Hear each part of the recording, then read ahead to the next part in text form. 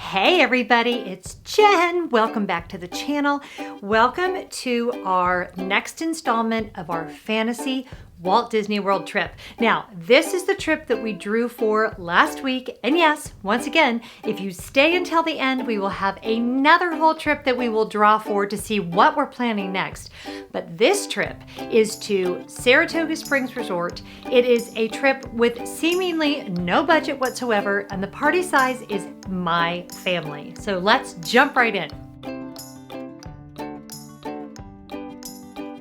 So, okay, if you guys are just now joining me, the way we are doing these is I am just randomly drawing from a whole bunch of categories, including party size, time of year, resort, budget, and we are doing a fantasy planning trip. So basically it's sort of a what would Jen do? If this was my scenario, what things would I choose? What restaurants, what activities based on all of those factors?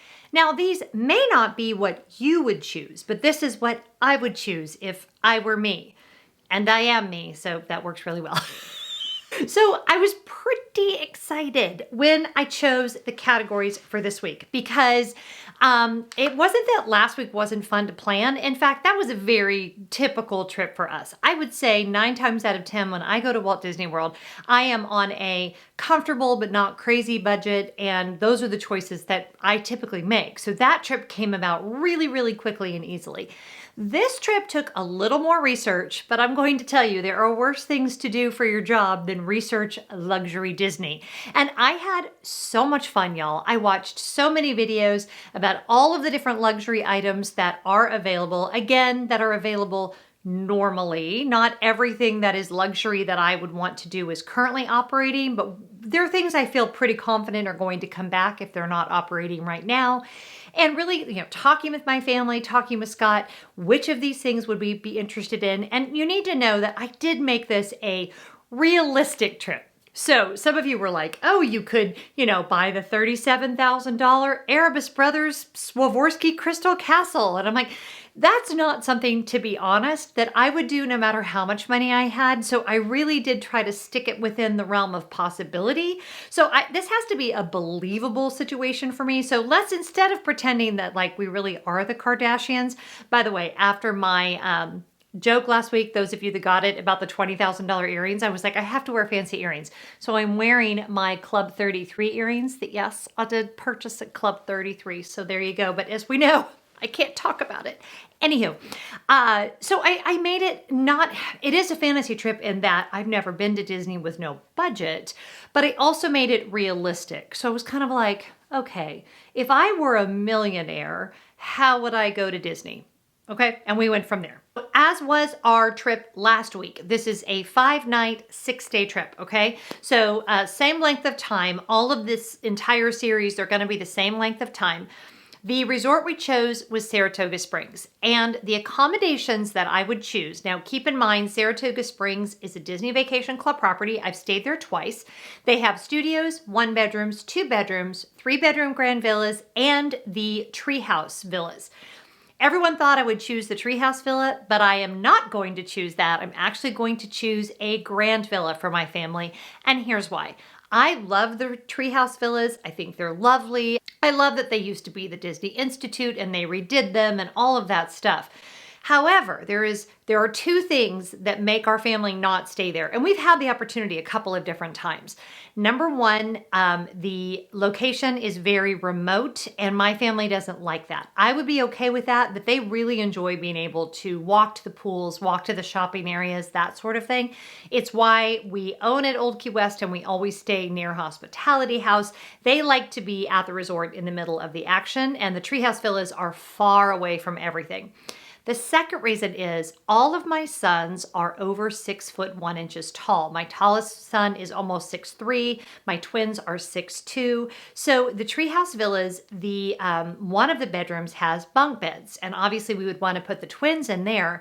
But the bunk beds, from all reports that I have heard, are very short. They are actually not full-size twin beds, and my twins would not be comfortable in those beds, and I'm not sleeping in them. So that makes it just a no-go for our family.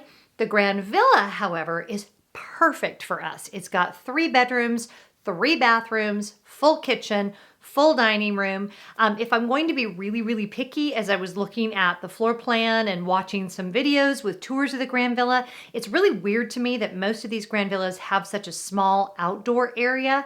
It literally just has one little patio that's off the dining room, or little, yeah, I guess balcony area, which felt a little odd. But I love the space. We would, of course, pay for the ones that are in Congress Park, so close to all the amenities that we would want, close to walking to downtown Disney, all of that goodness.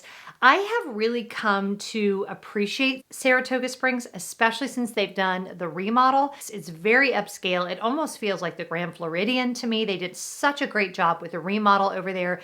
Love the proximity to Disney Springs, and I just don't think you can go wrong with that resort. So I am not at all sorry that that was the resort that we got for this trip.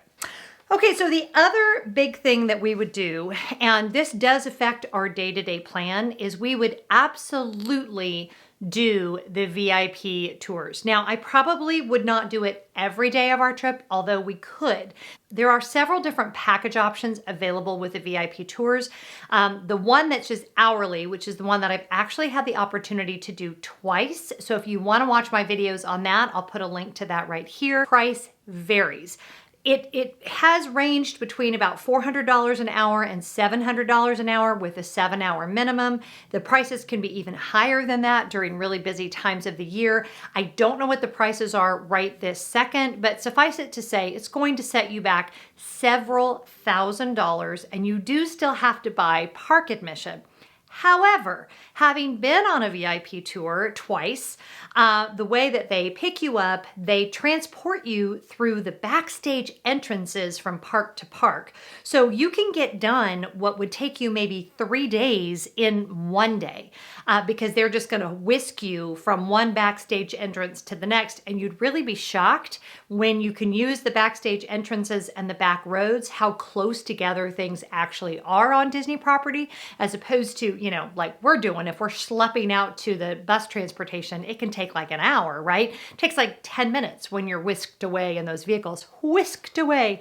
And in the vans, as you're moving from place to place, they have snacks, they have water. It's just quite delightful, comfortable, all of those things. The other reason why the VIP tours are so phenomenal is it requires no planning on your part. So all you do is they will call you from VIP Planning Services whenever you make your reservation, and they'll say, I think the last time we did it, they called me like 2 weeks before. And they'll say, you know, what do you want to do? What parks do you want to go to? Do you want to go to all 4 parks? Do you want to focus on one park? What we ended up doing with Shane, hey Shane, who I adore, is sort of a sampling of the headliners at 3 of the 4 theme parks. We actually didn't do Magic Kingdom because we had the extra paid magic hours that night, so we just did that. By the way, I did not pay for my VIP tour. It was a gift from an incredibly generous patron of mine. So yeah, thank you, incredibly generous patron. You know who you are. And the other time I was a guest of someone else. So yeah, I'm a lucky girl, y'all. That's all I can say. I'm a lucky girl. So the 7-hour minimum, you can get a lot done in 7 hours. It's a little crazy, but you do get a little exhausted. So if I were splurging for one day of VIP touring, I would feel like really, really stressed. But if this is a no budget trip, I'm probably honestly going to do the VIP tour thing for every day. And I have found out that is what the rich people do. From my friends who are VIP tour guides, I have found, I don't know what this accent is, but I have found out from my friends who are VIP tour guides, what the rich people do is they do the VIP tours every day. So since this is our no budget trip, guess what we're going to do? We're going to do VIP every day. The other thing about the VIP tours, they take care of all of your dining. So basically, I would talk through with them, you know, I think we would like to eat at Narcoossee's, and I think we would like to go to whatever restaurant and this restaurant, and we'd like to see this show and this attraction. They do all the planning for you. So all you're responsible for is saying, this is what I want to do, make it happen, and it's done. And they will do it for however many days you want. Now, this is a 5-night trip with really 4 full days, right? Because you've got your arrival day and your departure day. So of those 4 full days, I think I would do 3 of them as VIP tour days. And then I would do 1 of them as a pool and spa day. And that would be because, you know, you're going to be tired from doing all the whisking. The whisking is what wears you out. Now, the one interesting thing that we talked about when we were planning this trip is where we would dine. And the reality is we're not huge signature dining people. There are a few signature restaurants that I enjoy, in particular the California Grill. But I asked everybody about, do you want to go to Victoria and Albert's? And everybody's like, no, not really. So we're not fancy dining people, especially when we're all there as a family. If this were a no budget trip and I was with a few of my girlfriends, you know who you are, those things would definitely be on the table. But there's just not a lot of signature dining that we feel like we absolutely have to do. And the truth is, we would probably tell our VIP tour guide, let's say it was Shane, we would probably say, you know what, we want to go to Beer Garden. We want to go to Sci-Fi, all of the places that we always go. So even though I've already done a video about the VIP tour thing, I'll kind of walk you guys through what my experience was as I go over the agenda with you.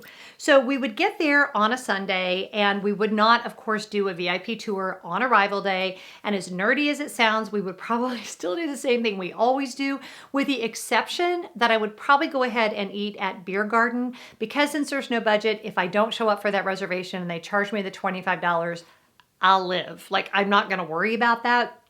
Whereas if I'm normal me and not the sky's the limit me, I'm going to worry about that. So probably, wander around Epcot, all of those things. We would still do, even if money were no object, a grocery delivery to Saratoga Springs for our breakfast coffee, for, the sweetener that I like. We would probably get some breakfast items. And this is for no other reason than we just don't like to be rushed to try to get to a restaurant first thing in the morning. And that's true really no matter how much money we had, we would still do that same exact thing. There are a couple places that I would like to eat for breakfast. I've worked those into the itinerary, so I'll talk about those in a minute. But yeah, for the most part, that arrival day would look exactly the same as it always does. We would have our town car from Orlando Transportation by Mike would pick us up. We would have our groceries delivered. I might have a little bit nicer wine than normal delivered. By the way, did you guys hear about that thing with Christy Teigen and John Legend? They went to a restaurant and asked for a nice bottle of wine, and the waiter gave them a $13,000 bottle of wine and didn't tell them until they got the bill? No. So, see, again, even if I had all the money in the world, that's the kind of crud I just would not. No, that's just stupid. There's certain things you just shouldn't do no matter how much money you have. She was upset. I would have been upset too. Okay, sorry, moving on. Because, there's rich and then there's just stupid. She's not going to spend I love Christy Teigen. She's not spending that money on a bottle of wine. What are we talking about? Oh, we're planning a Disney trip. Okay, cracking myself up over here. All right, so we arrive Sunday. Really looks very similar to the last trip I told you. We're going to get a good night's sleep because on Monday, we're going to do a VIP tour. Now, again, because I've been on these VIP tours and I know that if you pack a ton into the day, it's going to be very, very busy.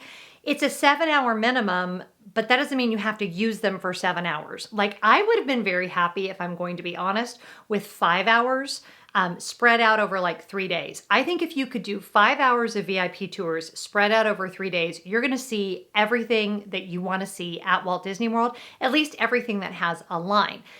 Now, you don't skip the line when you're on a VIP tour. However, you do go to the Fast Pass line. So it's sort of like having you remember when like they would, if you used to be like, if you missed an attraction or you were in line and it broke down or whatever, they would give you so many instant Fast Passes. You're kind of like have an instant Fast Pass the whole time you're with your VIP tour guide.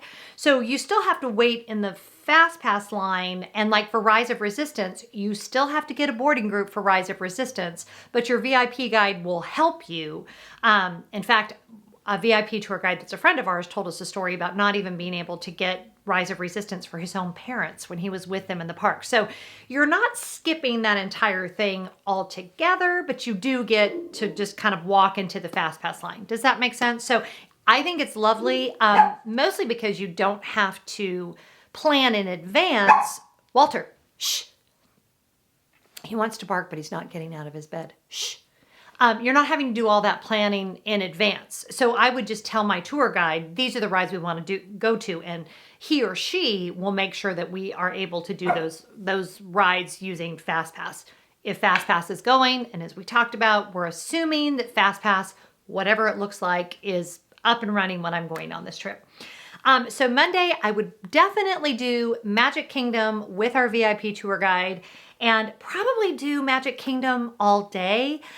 We would still take a break because if you'll remember, and I don't know if I mentioned this, but we're going during a hot time of the year that's fairly crowded. So we're still going to want to take an afternoon break. And so I'm thinking if we do those 5 hours with the VIP tour guide in the morning, and then in the evening, we would come back, and I have a very special plan for our first day. This is something very exclusive. A lot of people don't even know about it, although hardcore Disney fans usually do. And that is the Grand One yacht at the Grand Floridian. So for dinner that first night, so we've done Magic Kingdom with our VIP tour guide. And then that night, I want to do dinner on the Grand One yacht. And I want to plan it so it's a late dinner and then we can go ahead and watch fireworks. So in my mind, stay with me here, and they will cater. They have a whole menu, whole catering menu that is serviced from the kitchens of the Grand Floridian. We would have our dinner and, oh, there's a butler. Did I mention that? Yeah, the Grand One yacht comes with a butler. Go check online. I'll see if I can find a good video and put it in the description box for you guys. But this yacht it's a full working yacht. It has bedrooms and it's phenomenal. Not that we're going to sleep there, but still, it's very cool. So we would have like we would tootle around Bay Lake. It's $400 an hour, by the way, at last time I checked, $400 an hour. Price is always subject to change. And we would probably do it for 2 hours. So like a late dinner, maybe starting like at 8:30. And then if fireworks were at 10, so like 8:30 to 10:30.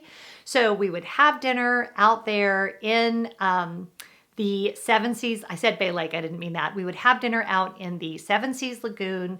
We would have dessert just as the fireworks were happening, and it would be just our family. And I think that would be a fabulous chef's kiss to top off our first full day.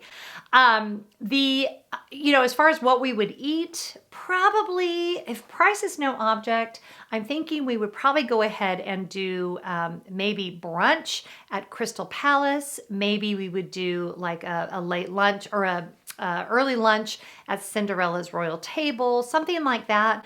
I don't want to eat too terribly much, but I do have to have a good meal there in the middle of the day. So I don't know. I would have to talk that through with my VIP tour guide. But yeah, Crystal Palace brunch sounds like the best to me. Like maybe we would do it like at 10:30 then I can have my full Magic Kingdom Disney experience, right? I can have my Mickey waffles. I can have my make your own omelet bar, have mimosas, all of those things, and then still have plenty of time to do all the Magic Kingdom attractions. And actually, I take that back because if we get there like at 9:30, because there's no rush, right? Because we don't have to worry about crowds because we're with a VIP tour. 9:30, 10, 11, 12, 1, 2, 3. Yeah, maybe actually we would go ahead and do like 6 hours and then we would have time to have a nice leisurely meal. I'm not worried that we're on the clock because remember, there's no budget. So there you go. This is turning out to be a delightful trip. Okay, then on Tuesday, we would make, Tuesday would be a break day for us. And this is the day that I would want to do a cabana either at the Contemporary or the Grand Floridian, probably the Grand Floridian, and here's why. Well, first of all, as far as I can tell, if you are already staying on property, someone correct me in the comments if I'm wrong, but if you're already staying on property and you purchase a cabana, you can pool hop, okay? Which really I can kind of do to the Grand Floridian anyway because of Disney Vacation Club, but I'm fairly sure, especially if you had a spa reservation, that you can use the pools there. I can't imagine that that's not the case, but someone let me know if I'm wrong. So we're gonna do a cabana at the Grand Floridian for the entire day. Are we gonna be there the entire day? No idea, but we're gonna have it. We're gonna be able to have food delivered to us out there, beautiful pool, beautiful view of Bay Lake, all of those things. And then I am gonna do a spa package. And the Grand Floridian Spa, I actually have not been to. I've been to the one at Saratoga Springs, the Senses Spa there. It was delightful. I absolutely loved it. So I'd try the Grand Floridian. I would definitely do like a manicure, pedicure, probably a massage, probably a facial, like whole package. The boys could hang out at the pool. We would have lunch there, and it would just be a very relaxing day. And then that evening, we would go into Epcot and we would probably have dinner. Let's see, where would we eat dinner at Epcot if we could eat anywhere we wanted? That new Japanese restaurant I've heard good things about. I'm not sure everyone would love it, but it is, they do have like the Kobe beef and all that, so I can't even remember the name of it, but the new really high-end Japanese restaurant, let's have dinner there. Yes, my entire family would love that. That would be a real treat. And then hopefully there will be a fireworks show in Epcot by then, and we would watch fireworks there. And then of course, same as I said last time, we would walk over to Beach Club, Yacht Club at the end of the night, call our private car service, and we would be whisked back to Saratoga Springs. So where are we? Now we're Wednesday. We're going to do another full day of VIP touring. And this time we're going to, so we've gone to Magic Kingdom and we've gone to Epcot, but we haven't been to Hollywood Studios and Animal Kingdom. So this time I would focus on just those two parks, probably do again 5 hours, 6 hours. Would definitely choose all of the headliners. I mean, really, you can bang out everything at both of those parks in pretty quick order if you're not having to wait in long lines, which you wouldn't be having to do. We for sure would have a late lunch at the Hollywood Brown Derby. I feel like this is one of those restaurants that people don't get it if they haven't been, or they had a bad experience once, or whatever the case may be. I adore this place. Adore it. Like, I go to the Hollywood Brown Derby and I feel like I am transported to another time in the universe. This is one of those meals, and I was just telling my friend Liam this on his podcast. He's the Themed Millennials podcast. Definitely check them out. They put them on YouTube too, so I'll put a link to that. We were just talking about it, that it's really the kind of meal that you really have to kind of draw out and enjoy. So what we might do, actually this is a really good idea, would be do our VIP tour and then end it with a late lunch at the Hollywood Brown Derby. So all morning and into a late lunch. Then we would head back for a break, and then we would do some sort of entertainment that evening, or maybe we would walk over to Disney Springs. But that Hollywood Brown Derby meal would really be our big meal of the day. And here's another footnote I would have about the dining situation. None of the 5 of us are huge eaters. Like, if we've had one big meal in the day, we really just want to snack the rest of the time. That's just not, we just get sick. We don't like it. We don't enjoy that. So you probably noticed I'm not naming like a ton of huge restaurants, because really we would still just do one big meal during the day. So pretty much all of my no budget money is going to my VIP tour guides, who I love.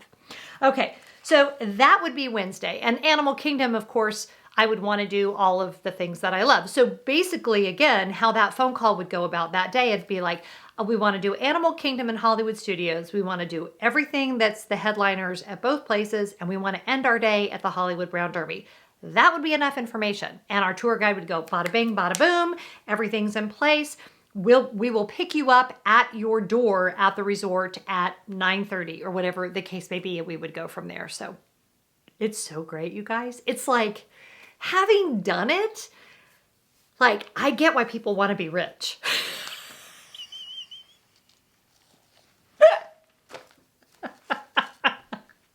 No, I mean it. I do. I get it. I'm not, but I get it. Okay, so that was Wednesday. All right, so for Thursday, this is our final day, okay? This is our big finale of this unbelievable trip. We're gonna do a VIP tour again, and this time we're gonna do all 4 parks in one day. This is a little exhausting, but also I just love the thrill of the hunt. I know my family would love it. I have had it on high authority from Shane that this is totally doable in one day. So I feel really, and if it took us a little longer, like, we would just make this a long day.